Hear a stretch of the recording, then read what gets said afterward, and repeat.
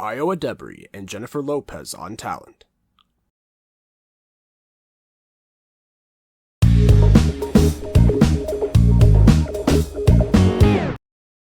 I feel like we, the music enjoying public, should have a conversation about Lady Gaga fans and stans, Little Monsters, and their very weird treatment of Lady Gaga and how what they're saying isn't always what they're doing with their actions. And I think the release of her latest single, Disease, and its performance is a good indicator of that. Let's talk about it. Hello, you. Sorry, I had a coughing fit and I have to redo that over again. Hello, you guys. Welcome back to the Cake Radio Show. I'm the Cake Dive, and I hope y'all are doing well because today we'll be talking about Lady Gaga and Disease, the latest single that she put out, and everything that's been involved, everything that's gone on about that. Usually there would be a conversation about any drama or anything, but I feel like there hasn't really been any drama. It's just something that I've noticed and want to talk about for a good minute with how like Lady Gaga fans and stans kind of treat and have conversations about Lady Gaga and how I feel like that is personally pretty weird and how a lot of people have been saying that they want the old Gaga back and this and that, and it just seems like the people who were saying that weren't really supporting this new single like that.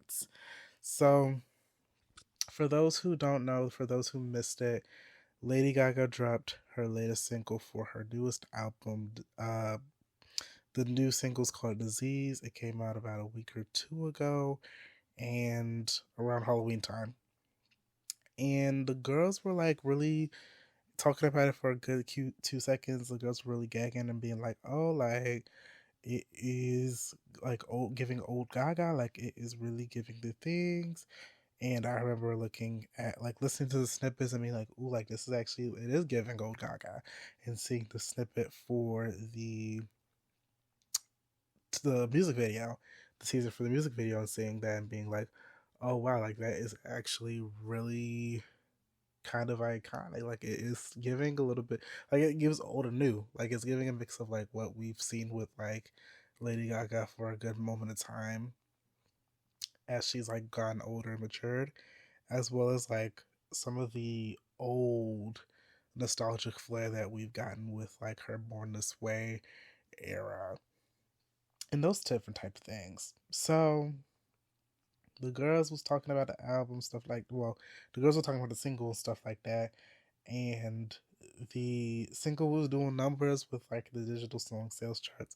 I had to look this up because like usually for those who don't be following the podcast, I'm not good with the numbers. Like I don't really be following the Billboard charts and nothing like that for real. Unless y'all bring it up, because I'm not a numbers girly. I'm for the arts, not for the charts.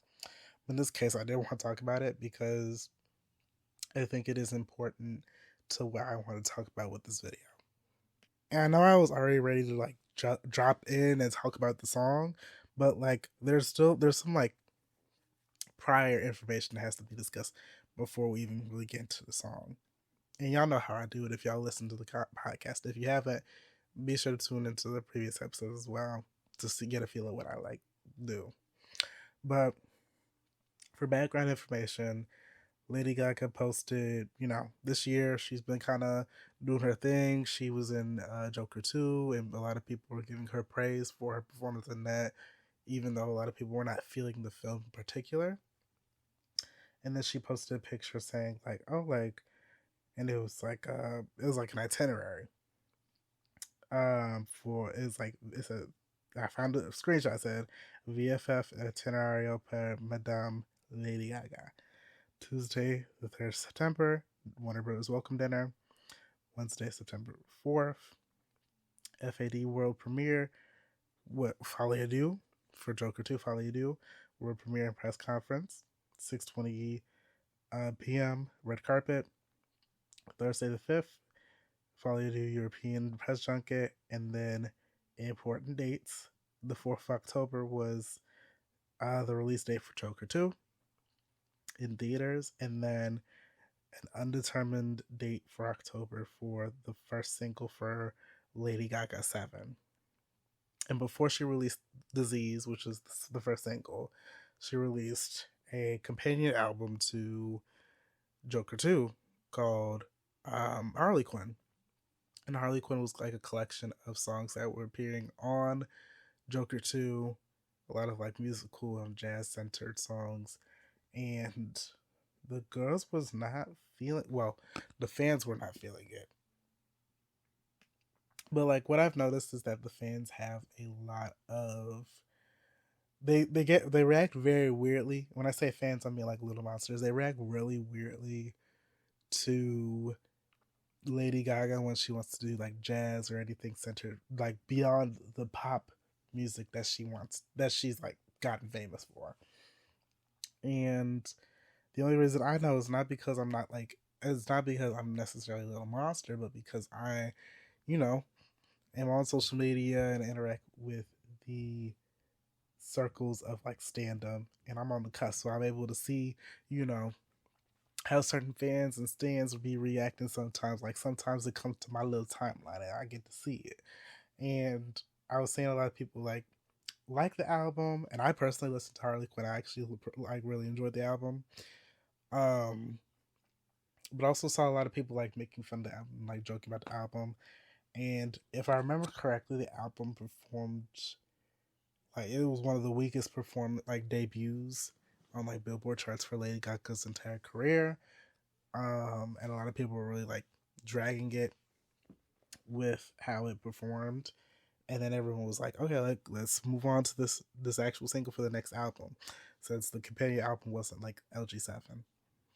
So Disease is announced, or like we get the teasers for Disease, like the um pre-save link pops up and the title for it appears before it's like really confirmed by Gaga. Gaga confirms it. We get snippets and stuff like that, and then song comes out. We get the music video snippet.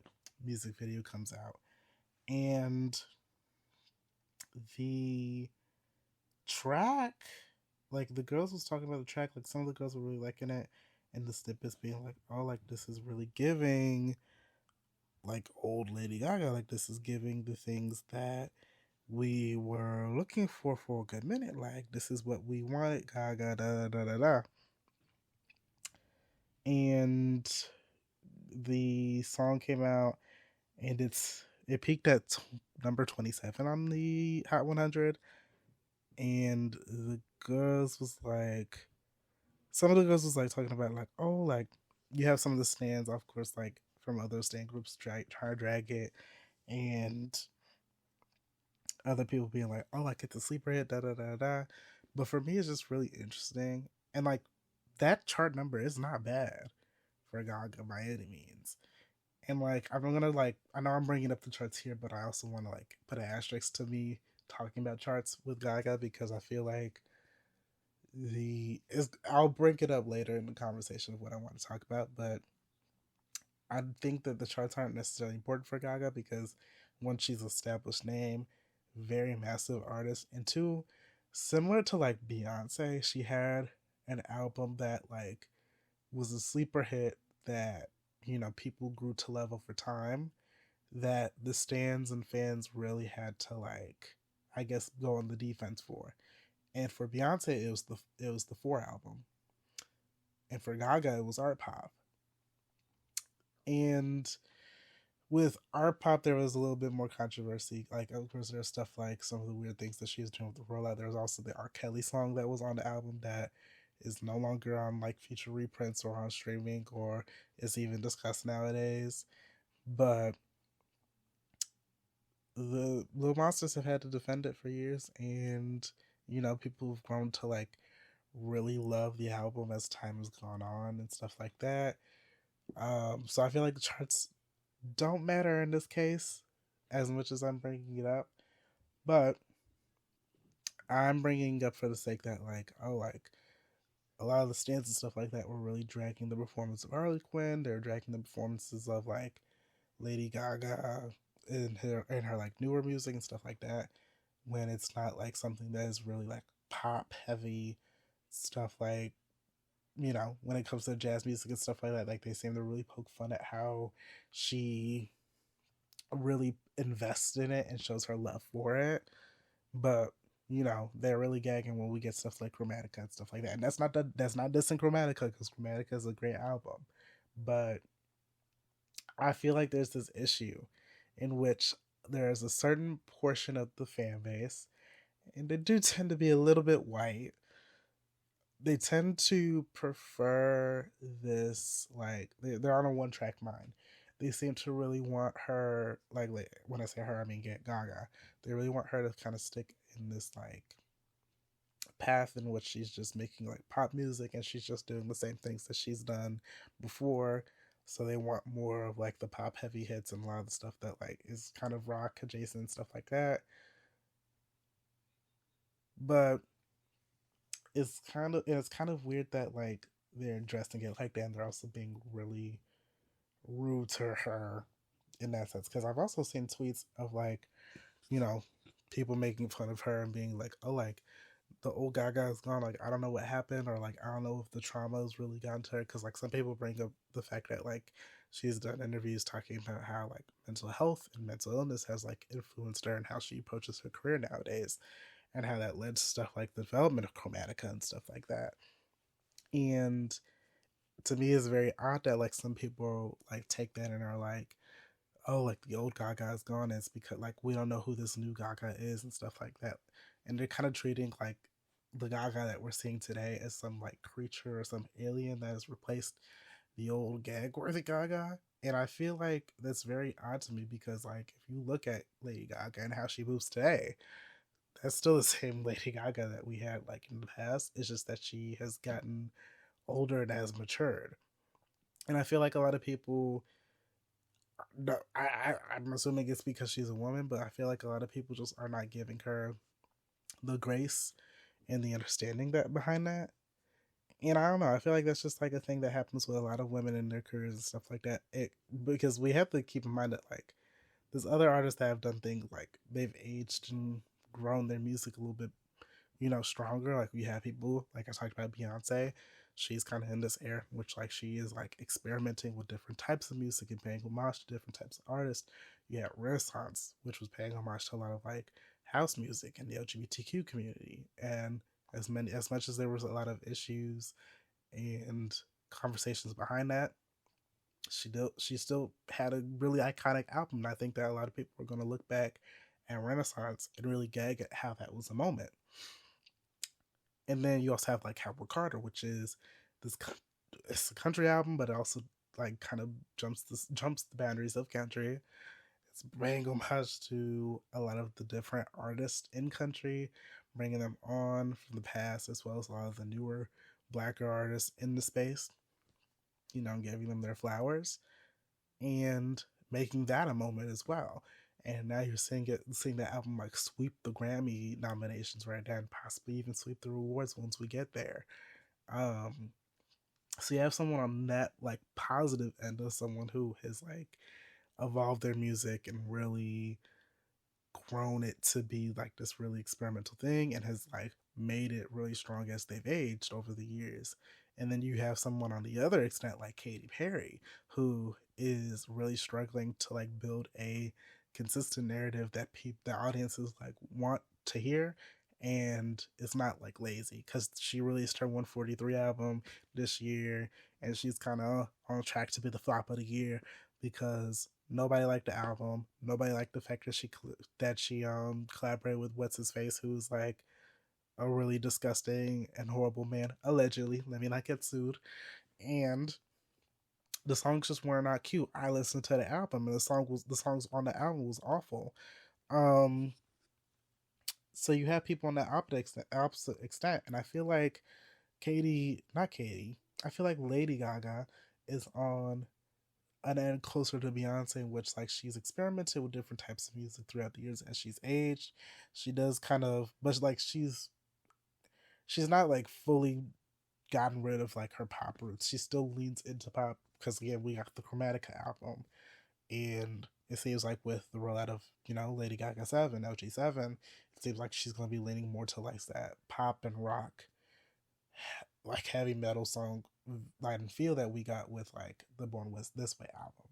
So it seems like she's doing these things in which like she's paying homage to her roots, but it's also sounding a little bit more mature because again she's gotten older. The things that she was doing in the past are things that she might not be necessarily trying to do all the way that did in the past now. Like is something that feels a little bit more tasteful, and I think that like the fans really should just be gagging. Like I don't know why the fans trying to be like consistently fake and like kind of pick and choose what they really trying to like listen to and stuff like that. Like it's kind of giving like Ariana Grande in positions almost, in which it's like there's like a certain type of Ariana Grande fan that is really loud and really white that really does not want to have Ariana Grande invest in like R&B music because it is music that is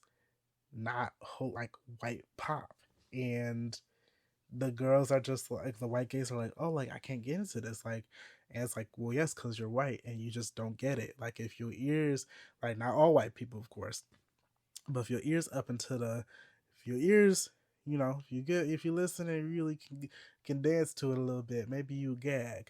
But the fact that like there's just like there's this consistent theme across audiences in which like there's always a certain type of fan that treats an artist really weird when they want to experiment into different genres. And with Gaga and Ariana, I did notice when I brought that Ariana comparison up, Ariana had like they had people dragging her over positions, which was an R&B album, and R&B is predominantly black.